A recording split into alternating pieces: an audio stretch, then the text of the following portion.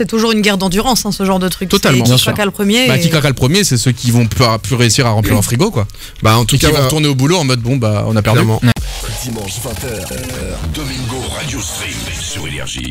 Le mouvement des Gilets jaunes, un mouvement quand même très étonnant en France, en tout cas, quelque chose qu'on n'avait jamais vu, parce que c'est un mouvement qui est pas du tout politisé ou quoi que ce soit. Ça a été vraiment les citoyens qui se sont mobilisés naturellement via les réseaux sociaux. Et je voulais qu'on le traite en 3 points. On va faire le premier point, on va parler un petit peu de cet effet réseaux sociaux et ce que ça peut maintenant ouvrir pour les citoyens comme ce mouvement-là. Et à mon avis, c'est que le début. Deuxièmement, on va parler du fond. Donc, qu'est-ce que les Gilets jaunes réclament, ou en tout cas pourquoi ils se mobilisent comme ça, et à la fin la forme, parce qu'on a vu un tas de débordements jusqu'à hier et quelques pavés des Champs-Élysées qui ont été bien défoncés, et donc on parlera dans un 3e point de la forme, parce que tout n'est pas que positif dans ce mouvement-là. Déjà, je voulais savoir, est-ce que vous êtes bien renseigné? Comment vous avez vu passer, vous, le mouvement des Gilets jaunes actuellement? Twitter, quoi? Ouais, Twitter principalement, parce que comme je dis, moi, j'avoue que je suis pas très inspiré. En fait, je regarde très peu ces genres de faits. Je dirais pas que je m'en fous un peu de tout ce qui se passe en mode société et tout, mais un peu en fait. Du coup, Twitter me permet de garder, on va dire, un œil sur ce qui se passe, mais sans pour autant. Donc, c'est bien. On est quand même d'accord que toi qui suis entre guillemets très peu ce genre de sujet, t'es quand même tombé dessus. Ça montre bien à quel point ça. Je peux pas esquive. Je pense que c'est le truc que tu pouvais pas louper depuis quelques temps là. Pourtant je suis en vesquille, hein. J'esquive les balles. Mais... Et ça va être super intéressant sur le 2e point, ou même le 3e point, plutôt la forme, parce que on va se demander si finalement c'était pas l'objectif, et est-ce qu'ils avaient pas finalement pas d'autres moyens, parce que finalement tout le monde est tombé dessus. Toi, Alicia, comment t'as vécu un peu ce mouvement? Maintenant, ça fait déjà plus de 2 semaines. Ça fait 2 semaines, ça s'est activé. Moi, je t'avoue, vu que je suis piétonne et habitant en région parisienne, j'utilise les transports, donc je suis absolument pas du tout touchée par les actions. Je parle pas du fond du problème, bien sûr. Mais par les actions en tout cas, donc ça change pas mon quotidien. Par contre, ce que j'ai vu, et c'est un petit peu le problème de toutes les actions comme ça, c'est qu'il y en a qui profitent de des choses à dire et des mouvements lancés par d'autres pour s'immiscer dans le tas et créer un peu du grabuge sous couverture de... Tu parles des casseurs principalement? Je sais qu'il y a eu beaucoup de casseurs, il y a eu des vidéos de gens qui sont sortis sur Twitter, notamment hier. Il y avait une vidéo d'une femme qui était là et qui parlait, qui tenait quelque chose de plus de 18 ans dans ses mains et qui parlait de pseudo-revendications, sauf qu'on voyait très bien qu'elle avait déjà des lunettes de protection sur elle. Et si t'as des lunettes de protection, t'es pas là pour manifester, tu vois. Enfin, manifester calmement en tout cas. Et voilà. Et j'ai juste vu ça, et j'ai vu tout ce qui a été un petit peu dégénéré, la voiture qui fonce dans le tas, ce genre de choses. On reviendra là-dessus, toi, PA. Mais voilà. Un peu comme tout le monde, c'est vrai que c'était la semaine dernière, je pense que j'ai vu passer ça sur Twitter. Après, justement, j'ai voulu m'intéresser, parce que c'est un sujet quand même, que ce soit la télé ou c'est l'actu, quoi. Voilà. Donc, en fait, tu peux pas passer à côté, donc c'est soit tu fais limite un peu d'effort pour t'intéresser. Soit... Exactement. Donc moi, un peu comme Alicia, c'est-à-dire que je suis parisien, j'ai pas le permis, donc j'ai essayé... En fait, au début, ça m'a pas vraiment touché, puis j'ai essayé de comprendre aussi le sentiment des gens, quoi, parce que c'est vrai qu'il y a des gens qui, à l'heure actuelle, galèrent en France, et faut pas les oublier, et qui ont un mal-être tel que ils sont obligés d'aller dans la rue et manifester.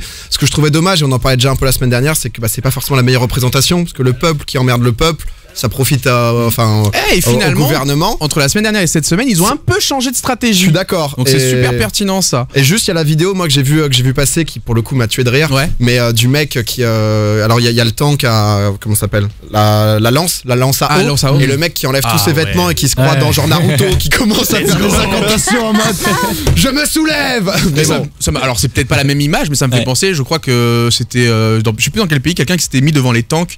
Je crois que c'était peut-être en Libye ou un truc comme ça. Alors peut-être une connerie. Il y a eu plein de trucs comme ça. Mais ce genre de gars un peu des héros qui naissent suite à ce genre de mouvement parce qu'ils font des actes un peu sortis du commun. C'était en Chine, ok, très bien. Mais le fait qu'il s'était posé devant un tank, il y avait une photo qui a été prise, il avait arrêté les tanks tout seul. Et ça avait été quelque chose quand même d'assez marquant. Et donc c'était super intéressant. Donc comme tu l'as dit, alors c'est les classes moyennes qui sont principalement mobilisées. Pourquoi? Parce que la goutte d'eau qui a fait déborder le vase, tout le monde est au courant, c'est la hausse des carburants. Ça a été vraiment quelque chose qui...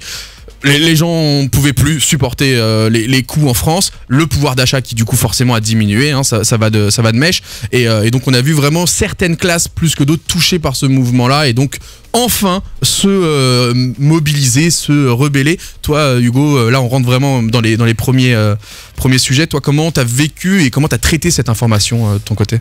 Forcément c'était une grosse info, je l'ai pas découvert aujourd'hui, et c'était ce qui a été intéressant déjà, c'est que c'est un truc qui était spontané, comme vous l'avez dit. dit quoi. C'est vraiment des gens, c'est pas né de parti, c'est pas né de syndicats ou de trucs, c'est juste des gens qui se sont mobilisés. Et d'ailleurs, il y a une info qui est sortie comme quoi c'est les services de renseignement ont identifié les 5-6 personnes à l'origine. Les premiers ? Ouais, les premiers, et c'est des gens qui n'ont rien à voir en fait avec la politique de base.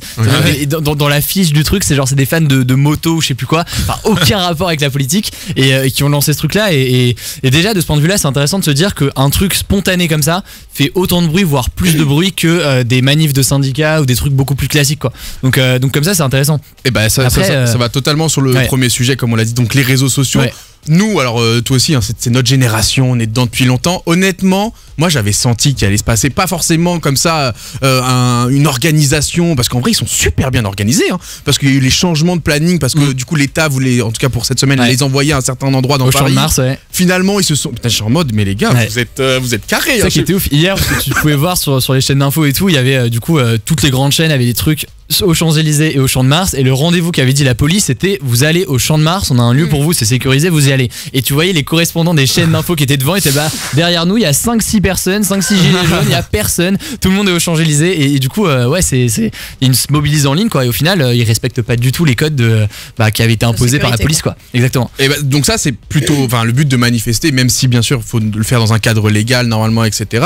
C'est un peu le but de montrer son mécontentement, et je trouve que si c'est genre limite une partition de musique de l'État en mode vous allez là-bas, ça dure autant de temps et ensuite vous rentrez tout chez vous, je suis en mode mais du coup elle est où la manif quoi, c'est juste on dirait un concert le truc quoi. Donc je comprends moi aussi qu'ils ont eu envie de dire mais non, on va le faire à notre manière, on se rebelle quoi. Et d'ailleurs quand tu les entends eux-mêmes, enfin les témoignages de tous les gilets jaunes, ils disaient un peu, parce que on parle de la hausse du prix du carburant et comme on dit il y a plein d'autres sujets en fait au-delà de ça, c'est une sorte de anti-Macron qui est très important, et quand les journalistes demandaient aux gars mais pourquoi est-ce que vous n'êtes pas allé au Champ de Mars, ils disaient parce qu'on n'a pas envie de se faire imposer des trucs par le gouvernement et par l'État, du coup on va où on veut et c'est nous le peuple, etc. et tu sens qu'il y a une sorte de rébellion un peu imprévisible et... Exactement. Totalement. Et au-delà de ça, il y avait aussi ce côté Champ de Mars, c'est tellement large que ça donne un effet où il n'y a pas beaucoup de monde, alors qu'aux Champs-Élysées, c'est une grosse ruelle, donc tu as l'impression vite fait qu'il y a des milliers de personnes. Symbolique. Donc il y avait aussi d'autres raisons plus stratégiques, mais comme tu l'as dit, le vrai premier point, c'était ce côté où, mais non, c'est nous qui manifestons, et en plus, on contre toi, parce que Macron est totalement ciblé dans ça, et donc logiquement, ils ont voulu garder ce contrôle. Il y a eu plus de gens là ce week-end ou Non, il y a eu un peu. Alors, après, c'est combien de monde selon le ministre de l'Intérieur. Semaine dernière, samedi dernier, le 17 novembre, c'était 287 800 personnes qui avaient été recensées.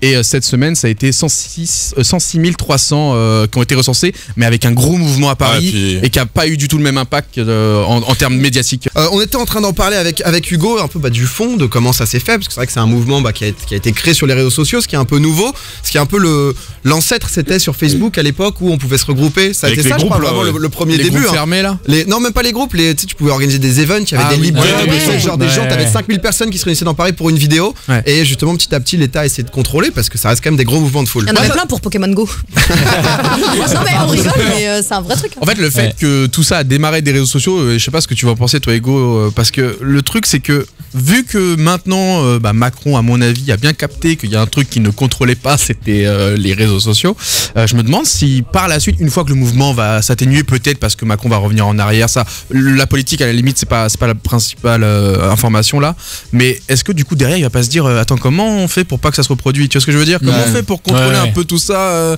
parce que et ça me fait un peu peur. Toi, est-ce que tu penses que c'est un truc qui pourrait arriver? En vrai c'est possible, et en fait ce qui est drôle déjà c'est qu'ils essaient d'adopter les mêmes stratégies de communication que les gens des gilets jaunes. En gros genre les gilets jaunes vraiment c'est déjà la moyenne d'âge, c'est pas des jeunes en vrai, c'est plus des je sais pas 30 quarantenaires peut-être, je sais pas, dans ces eaux-là, même plus des retraités, beaucoup de retraités en fait. Il n'y a quasiment pas de recherche d'emploi quoi. C'est que soit des gens qui sont employés et qui sont à des bas salaires, soit comme tu l'as dit, les retraités qui se sont greffés à ça, ou par exemple même là récemment les infirmières qui elles ont des conditions de travail abominables et qui pareil se sont reliées. Et du coup genre ils utilisent ce format d'ailleurs beaucoup sur Facebook en mode selfie, vidéo selfie où je parle un peu, je m'engage, je dis des trucs et ils partagent ça, et t'as des vidéos qui font vraiment des dizaines de millions de vues sur ce format là, et c'est drôle parce que tu vois le gouvernement depuis quelques jours là, en tout cas les différents ministres qui font des vidéos exactement pareilles en mode un peu selfie, en mode on fait une petite vidéo comme ça pour réagir à un truc, et alors je pense pas que ça marche aussi bien parce que forcément c'est pas les moins viral. C'est un petit peu moins viral, mais c'est drôle de voir ça, et c'est vrai que en vrai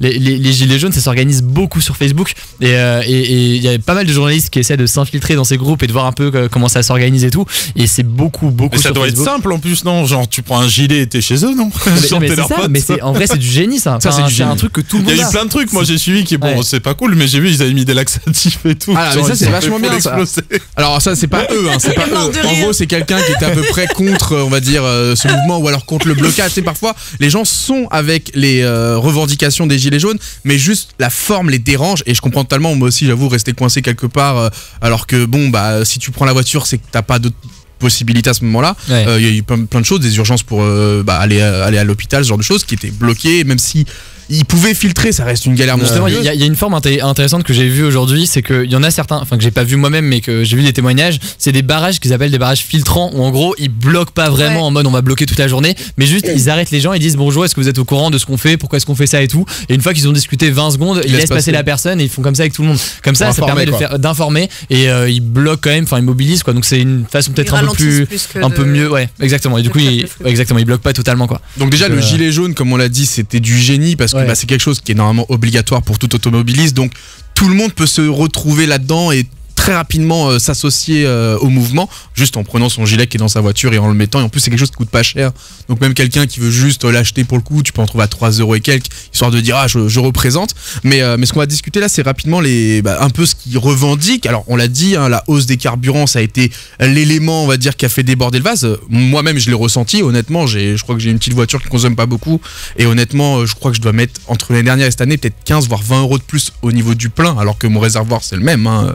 Ma voiture n'a pas grandi depuis, donc il y a vraiment quelque chose. Là je vois les prix à la pompe du carburant entre 2017 et 2018 ont augmenté de 23% pour le gasoil et 15% pour l'essence, donc en un an. Et ça c'était avant la fameuse loi qui est passée pour la transition énergétique, où ils ont rajouté 5% en plus pour le gasoil et 3% pour le super. En fait, c'est ça qui est important à dire aussi juste rapidement, c'est que il y a en gros, alors le gouvernement a dit que c'était 70%. Après ce chiffre il n'est pas confirmé, en tout cas moi j'ai pas la confirmation, mais c'est vrai qu'il y a une grosse part en fait de l'augmentation du prix du pétrole, enfin du carburant et du diesel, etc., qui est pas due aux taxes du gouvernement, mais qui est due à l'international, à une conjoncture économique qui fait que en gros partout dans le monde les prix ont augmenté, dont en France, d'où du coup la hausse des prix. Si le prix augmente, la TVA indirectement augmente aussi, donc un autre impôt augmente donc c'est de fil en aiguille. Là par exemple j'ai une information, après je te rends la parole PA, un plein de 70 €, c'est 28 € de carburant, 42 € pour l'État. Parce que justement moi ce que j'ai vu, et je me suis pas énormément informé, j'ai pas la réponse là-dessus, c'est sur le côté écologique, parce que justement beaucoup démentent, essayent de casser un peu les gilets jaunes en disant ce que vous faites c'est super pour votre petite poche, mais vous pensez pas du tout à vos enfants, vous pensez pas à l'écologie, au monde après. Ça en est où ça, la véracité de ce propos? Tu réponds? Non, vas-y, okay, j'essaie de faire une explication du truc. En gros, donc il y a quelques centimes d'augmentation de taxes sur ces carburants là.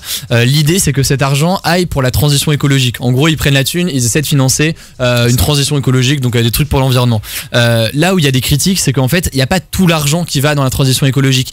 Alors je connais plus le pourcentage, mais c'est plus ou moins la moitié qui va dans la transition écologique et l'autre moitié qui va dans le budget de l'État un peu partout, et du coup ça se perd un peu quoi. Donc c'est ça aussi qui est critiqué, c'est qu'on dit c'est pour l'environnement et au final il n'y a pas tout qui va pour la bonne face.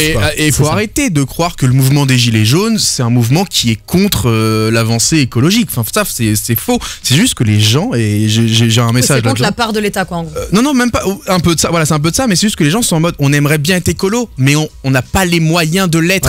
Donc c'est juste ça. Et là il y a quelqu'un qui disait par exemple, enfin en tout cas c'était sorti du journal du dimanche, 62% des Français jugent qu'il faut donner la priorité au pouvoir d'achat, qui est le problème numéro 1 en France, avant d'aller sur la transition énergétique, même si bien sûr ils aimeraient quand t'as du mal à te nourrir ou à nourrir tes enfants, c'est dur de penser à la planète. Bien sûr, c'est normal. Donc c'est aussi ça, arrêtez de dire les gilets jaunes sont contre l'écologie. Je pense que s'ils pouvaient avoir 1000 € de plus par mois et être en mode allez c'est bon je m'achète une électrique, ils le feraient totalement. Mais là on parle de vraies personnes qui ont besoin de remplir leur frigo, qui ont besoin de payer leur facture à la fin du mois. Et honnêtement, ils ont des revendications parce qu'on l'a dit, l'essence était un premier point, mais il y a énormément d'autres points qui a été mis en avant, comme le pouvoir d'achat, c'est ce qu'ils expliquent. Là, on les a vus. Tu me disais, Hugo, tous les témoignages de à partir du 20 du mois, j'arrive plus à même payer les courses, ce genre de choses. C'est des vrais témoignages. C'est une vraie classe moyenne qui a du mal. Alors après, oui, Paris est un petit peu moins touché parce que on utilise aussi un petit peu moins la voiture. Pourquoi? Parce moins de distance aussi. Non, mais parce qu'on a des transports en commun qui sont super efficaces à Paris. Et donc c'est le côté distance dans beaucoup de grandes villes de France aussi, hein. On va pas rester. Mais quand t'es en province, c'est que t'as 50 km du taf, t'as pas le choix. Je suis d'accord. Ces gens-là, mais vraiment, le plein, moi, heureusement, et limite, j'utilise beaucoup moins la voiture aujourd'hui. Donc d'un côté, sur moi, ça a marché, hein, forcément, c'est trop cher. Mais il y a des endroits, ils peuvent pas se permettre. Le mec qui fait 80 bornes par jour, quoi, il doit changer de voiture, acheter une électrique, alors qu'il y a 10 ans, il avait énormément d'avantages de l'État pour acheter un diesel. C'est surtout ça, c'est ça le truc aussi. Le diesel, pendant une période, je me rappelle, mon père avait switché sur un diesel parce que c'était mieux d'avoir ça, c'était moins cher. En fait, l'État a favorisé pendant longtemps le diesel en disant le diesel c'est mieux que d'autres trucs, donc allez utiliser le diesel. Donc il y a eu plein de voitures qui ont été lancées, plein de trucs. Des gens ont acheté le diesel en disant c'est moins cher, c'est cool et c'est écolo, donc je vais le prendre. Et maintenant, en fait, là, depuis je crois 2014, si il y a un revirement on dit total, en fait finalement le diesel c'est polluant. C'était une erreur, les gars. Alors surtout que ça coûtait plus cher à l'achat de base, une voiture diesel coûtait bien plus cher, même si le plein coûtait moins cher. C'est ça, tu l'as rentabilisé sur le temps en fait. C'est ça. Et du coup, les gens sont là avec leur voiture diesel, ils ont maintenant une taxe qui augmente, ils se disent bah merde quoi, genre maintenant je vais payer plus cher alors que c'est censé être écolo et que c'est censé ne pas être impacté quoi. Donc alors on a pas mal d'auditeurs. Ouais, je veux bien. Carrément pour avoir d'autres sons de réagir. On a Jean-Christophe qui est avec nous. Salut JC. Salut l'équipe. Salut JC. Salut. Tu nous appelles de Corse, c'est ça? C'est ça, ouais. Bon alors comment ça se passe? Est-ce que toi tu t'es mobilisé? Est-ce que t'as sorti le gilet jaune et t'es allé sur les routes ou pas? Ben disons que chez nous il n'y a pas beaucoup de mouvement parce que bon j'en ai une petite île et donc du coup j'ai pas pu trop aller manifester quoi. Bon il y a eu quelques mouvements quand même mais bon. Mais c'est super intéressant. Quel est ton point de vue par rapport à ce que tu as pu observer de ton côté du coup Ben moi j'ai surtout observé par rapport à ce qu'il y a eu sur Paris et tout hier. Ouais. Donc c'est vrai qu'il y a eu pas mal de mouvements, pas mal de barricades, pas mal de choses quoi, mais non pour moi non. Non, moi franchement non, c'est pas du tout.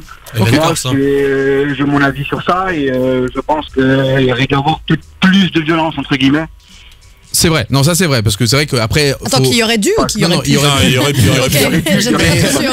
Quand les gens sont à bout, ça peut aller loin. Il a pas tant sur un truc, c'est que ce que les gens ont beaucoup vu, c'est soit les vidéos de t'es un guignol, là le mec qui fait ça, ou l'autre qui fait un coup, alors les voitures qui pètent un cap parce qu'au bout d'un moment il y en a marre, ou ce genre de truc, mais c'est parce que c'est très viral. Propos racistes aussi, hein, genre avec justement une montée là, surtout sur la deuxième semaine. C'est parce que c'est juste viral et ça profite un peu à l'État ce genre de discours, donc peut-être c'est un peu plus mis en avant. Mais c'est genre même pas 2% du mouvement global, ça faut aussi faire attention. J'ai trouvé ça assez étonnant en fait d'ailleurs dans les retours aujourd'hui de la part du gouvernement et même d'Emmanuel Macron hier soir suite aux manifestations et tout des gilets jaunes, le fait que la seule réponse c'était honte à ceux qui ont cassé aux Champs-Élysées, honte à ceux qui ont dégradé et tout le reste. Alors que oui évidemment honte à ceux qui ont fait ça, mais en fait il a pas répondu sur le reste et du coup je suis pas sûr que ça suffise à ceux qui ont manifesté et ceux qui ont manifesté. Il a dit quelque chose juste avant l'émission, je vais essayer de retrouver ma note pour pas déformer les propos du président. En attendant, je crois qu'en tout il y a eu 130 personnes qui ont fini en garde à vue, c'est-à-dire par rapport à 280 000 de la semaine dernière aux 100 000 et quelques, c'est genre vraiment très minime. Ouais, c'est pas beaucoup, hein, c'est de la petite garde à vue. Voilà. J'aurais pas mieux dit, je te le dis. Mais c'est vrai qu'on a Jean-Christophe Douag est en train de chercher pendant ce temps les infos. Mais faut savoir que Emmanuel Macron est carrément ciblé. Maintenant, le mouvement a pris tellement d'ampleur ils en sont à réclamer sa démission carrément. Et donc il est vraiment au cœur parce que du coup c'est toute sa politique qui a été remise en question où les gens déjà eu cette impression, ils ont pas l'impression d'être écoutés. Là les maires, je crois que tu avais réagi sur t'avais fait une chronique sur ça. J'avais fait un truc sur ça. T'avais fait la liaison entre les gilets jaunes et les maires parce qu'ils ont ce même sentiment de yo, tu nous dis de parler, on parle. Je suis pas sûr que les maires disent yo, mais c'est ça. Non, ils disent wesh. Ils disent un peu. Non mais après on parle avec nos mots aussi, mais vous voyez ce que je veux dire, c'est ce côté tu nous demandes de te faire des retours, on te fait des retours et on a l'impression que t'en prends pas compte quoi.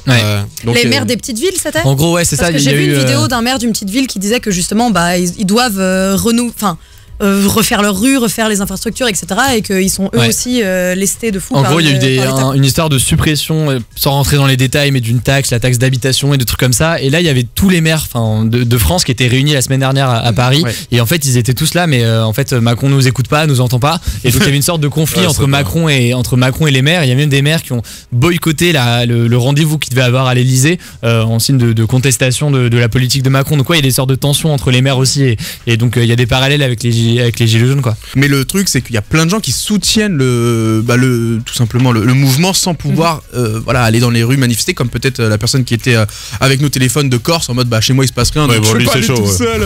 Il est tout seul en Corse le man. Mais les gilets jaunes, c'est un mouvement qui est totalement pas politique, qui est né des réseaux sociaux. C'est un vrai mouvement citoyen. Les gens en ont eu marre du pouvoir d'achat, de la hausse des impôts, et ont décidé pour une fois en France de se mobiliser, de se bouger et d'aller dans les rues faire entendre ce qu'ils ont à dire. Moi, ce qui me fait marrer quand même, c'est que ça commence un petit peu comme le mouvement En Marche, en fait, qui est parti de rien du tout, où ils sont un peu tous regroupés à leur manière. Et aujourd'hui, c'est les Gilets jaunes qui se regroupent de la même manière qu'En Marche et qui essaient justement de retourner cette politique qui ne leur convient pas du tout. Après, c'est différent parce que là, en soi, il n'y a même pas une personne qui veut aller accéder au pouvoir ou quoi. On sent qu'il n'y a même pas. En fait, c'est ce que Macron reproche en plus. Dans la manière de faire, en fait, c'est des gens qui se regroupent.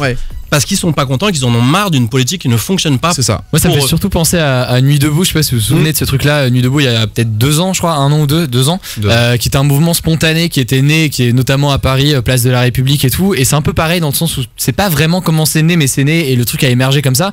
Et en fait, c'est une force et c'est un peu une faiblesse à la fois. C'est une force, j'ai l'impression, parce que du coup, les gens en parlent, tout le monde est là, mais c'est quoi ce truc? Ils arrivent à bloquer. Enfin, Macron parle d'eux, etc. Donc il y a le côté spontané fait que forcément tout le monde en parle beaucoup plus que quand, je sais pas, un syndicat lance une manif ou lance un truc. Par contre, la faiblesse, c'est que du coup, typiquement là, Macron il dit moi je suis prêt à dialoguer, je suis prêt à discuter. Et donc là, les gilets jaunes se disent ok, comment on fait? Il n'y a pas de porte-parole aujourd'hui. Alors il commence à en avoir, mais c'est le tout début.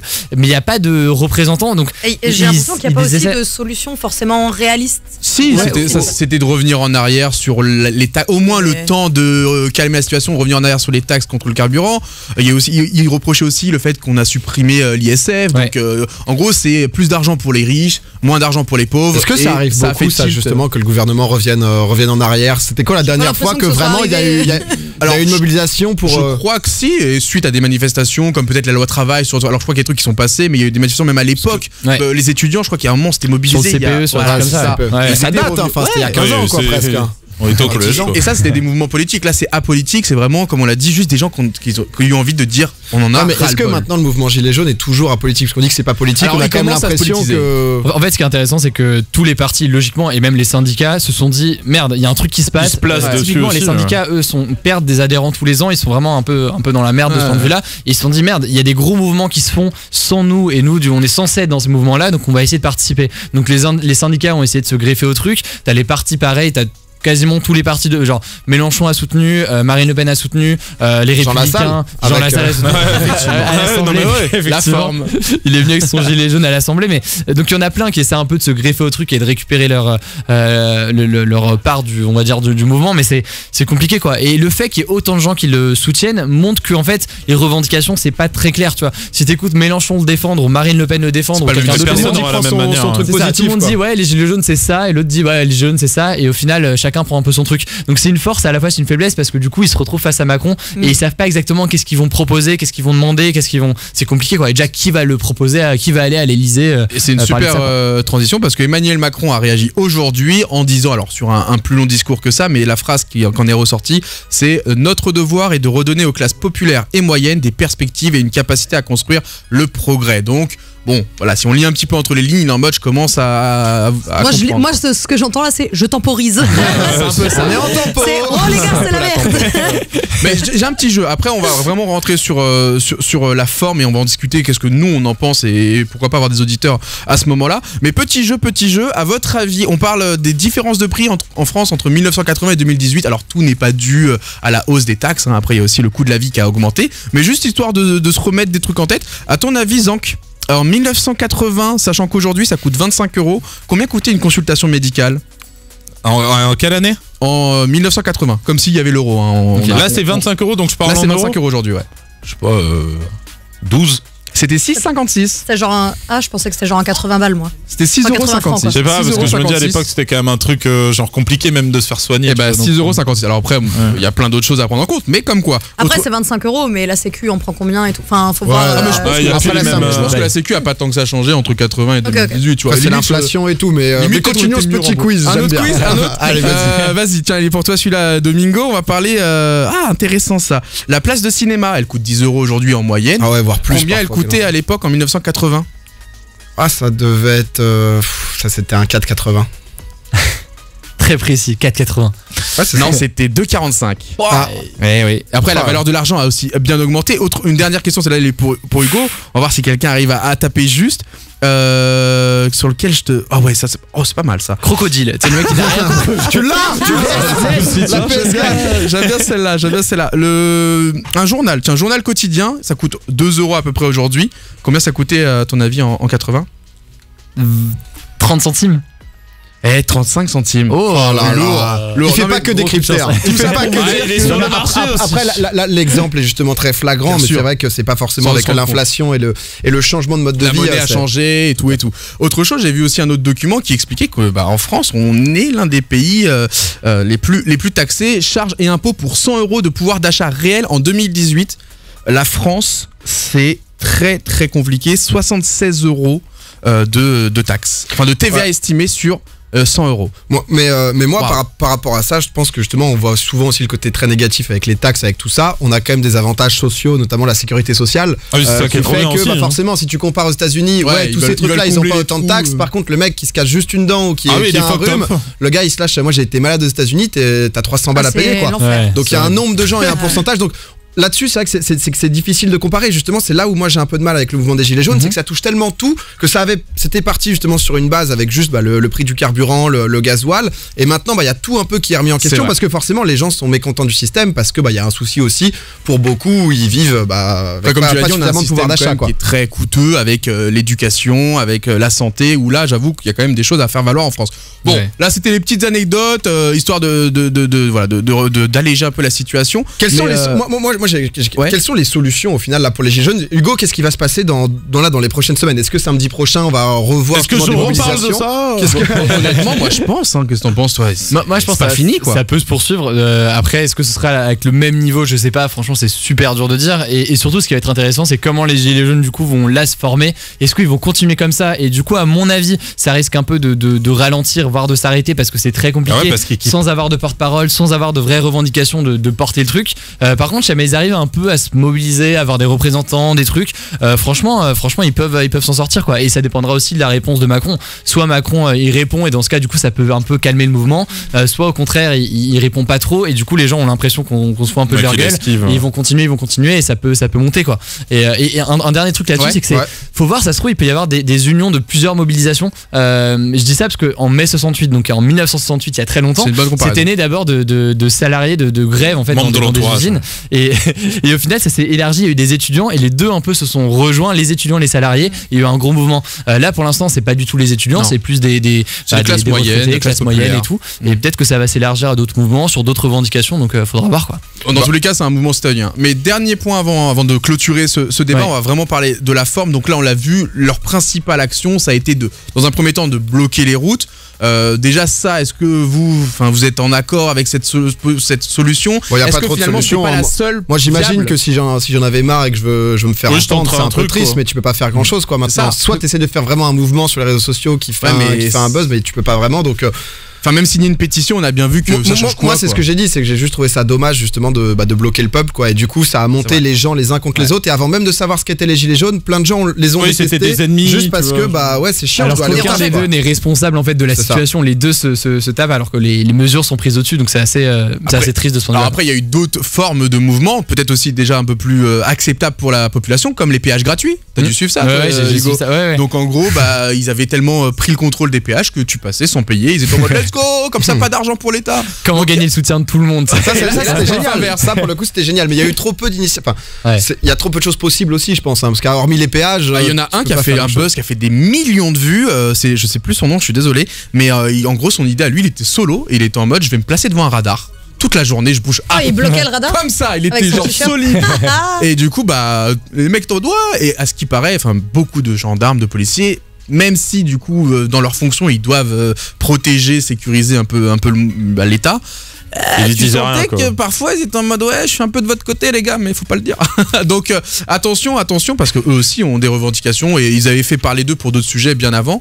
Mais tout ça pour dire que attention, faut pas comparer la forme qui peut être discutable comme on l'a vu hier avec les Champs-Élysées, avec des feux, ce genre de choses.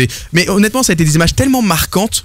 même pour l'international, ça va forcément faire réagir Macron plus vite que prévu. La preuve, il a pris la parole aujourd'hui. Alors je dis pas que c'est. Il y a Trump qui a un peu attaqué en mode qui en a profité. De voir les Champs-Élysées en feu. Genre c'est une image quand même qui est très spécifique et il faut agir vite parce qu'on a compris que les gilets jaunes n'allaient pas s'arrêter là et que ça peut aller beaucoup trop loin pour Après, rien. De toute façon c'est toujours une guerre d'endurance ce genre de truc. Totalement. Qui claquera le premier. Qui claquera le premier, c'est ceux qui vont plus réussir à remplir leur frigo quoi. En tout cas qui vont retourner au boulot en mode on a perdu. Domingo, Alicia, Doig, Zonk. Tous les dimanches 20h minuit sur Énergie.